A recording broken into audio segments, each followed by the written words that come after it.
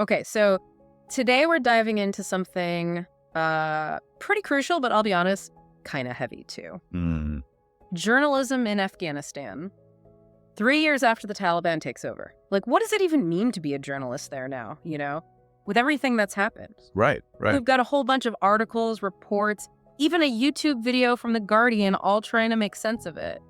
And it's definitely complex. You'll Huh? see, like this constant tension. The Taliban saying, oh, yeah, we totally uphold the media law, free press, all that. But then, bam, these super restrictive directives come down. It's like they're saying, go ahead, report freely, winking, and then slapping a giant stack of rules on the table. Exactly. So then how do you even report anything? What's the real story? Well, I think the numbers are very telling.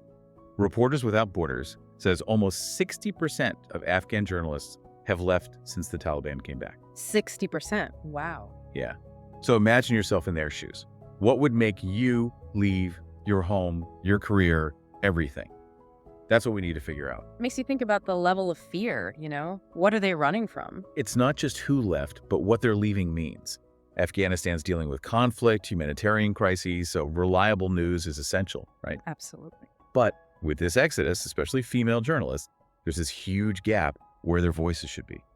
The Diplomat article really stresses how dangerous that is for Afghan citizens. And then you have the stories of those who stayed, like Bibi Katera Nijat from the RSF report. Yeah, her experience is just heartbreaking. Having to flee, leaving your whole life behind, and then facing even more hardship as a refugee.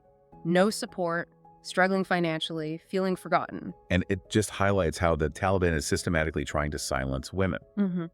The IFEX report straight up says it. Women are banned from national broadcasting. Wow. And in some areas, girls can't even call into radio or TV shows.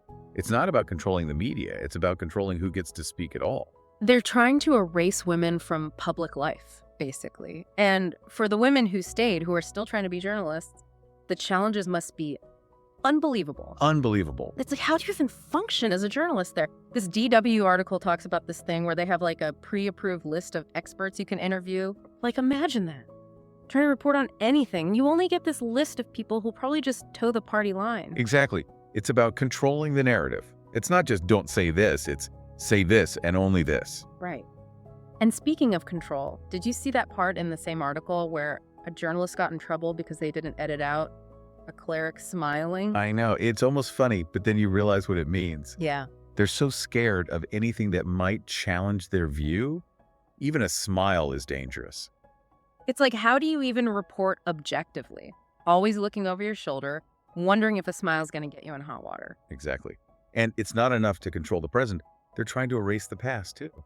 Journalists can't report anything negative about the Taliban's history, like trying to rewrite history to fit their image now. Speaking of adapting, that Guardian video was really interesting, how journalists are using social media, online platforms to get the news out. Yeah, it's a whole different game now. But the Taliban are savvy. They're all over those platforms, too. Right. Monitoring, censoring, even telling you who you can and can't interview online. Yeah. It's a constant battle. Which reminds me of this other source we had, the UK Defense Journal. They mentioned open source intelligence, or OSINT. Right. Might sound kind of technical, but it's really cool. Basically, using publicly available stuff, social media, satellite images, even like flight data to figure out what's going on. It's been so important in challenging the Taliban's control of information. Remember how we talked about that information vacuum? Yeah. OSINT people were the ones raising red flags about Afghanistan falling, even when the official guys missed it. It's like crowdsourcing the truth, right? Having so many sources, data points, makes it harder to control the narrative. Yeah. And keeps people accountable. Exactly. When traditional media is stifled like this, OSINT becomes even more crucial. Makes you think about the kind of courage these Afghan journalists have, huh? All that pressure, the censorship, even risking their safety just to do their job. Yeah, it's incredible. We're not just reporting the news, they're shining a light on things some people want to stay hidden. Exactly. And that's what makes their work so vital. A free press isn't just about knowing what's happening. It's about holding power accountable, giving a voice to those who can't speak up for themselves. Right. And in Afghanistan, where those voices are being silenced, it's even more important. Absolutely. It reminded me of what you were saying about OSINT, about seeing through the propaganda. It's like, we all have more power now than we realize, right? To find the truth, I mean. Oh, totally. We're not just like sitting back and taking whatever we're told anymore. we can actually do something, support these journalists, spread their stories, call out the BS. Exactly. It takes all of us. But, going through all this, the risks, the restrictions, it made me wonder what keeps them going.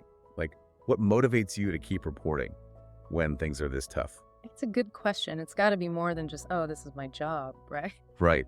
I think for them, it comes down to believing in the power of truth. Get Yeah. that a well-informed public is essential. It's a duty, Mhm. a commitment not just to journalism, but to their country. Yeah. Knowing the risks, still going for it. Incredibly brave. It really is. So as we kind of wrap up this deep dive into Afghan media, what's sticking with you the most? Honestly, the resilience. Like after everything we've talked about, they're still adapting, finding ways to work, to tell these stories.